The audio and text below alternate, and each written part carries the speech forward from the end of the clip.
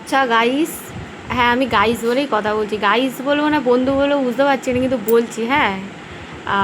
এই যে এখানে লোকটাকে দেখছো, আমার রান্নাঘরটাকে একটু ইগনোর করো, কারণ রান্নাঘরে আমার কাজ হবে, ওই জন্য রান্নাঘরটার এই অবস্থা আগে থাকতে বলে দিলাম। আর এই যে লোকটাকে দেখছো এই গরমে, দেখো দূর থেকে দেখাচ্ছি, ঘেমে চান। হ্যাঁ, তো আমি বলেছিলাম যে আমাকে বিরিয়ানি খাওয়াও।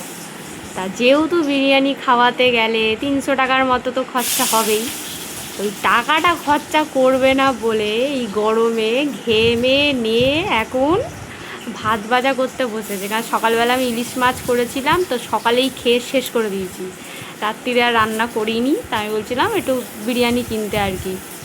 তাই রান্না যাতে কিনে আনতে যাতে না হয়, ওই জন্য পয়সা বাঁচানো অভিযান আর কি। মোদিজি যেরকম বলেছে যে সোনা বাঁচানো অভিযান, তেল বাঁচানো অভিযান, আমার বর করছে পয়সা বাঁচানো অভিযান। কি তাই তো? একটু ঘুরে তাকাও,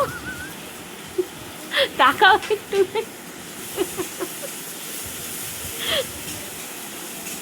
পয়সা বাঁচানো অভিযান কি দত্তবাবুর?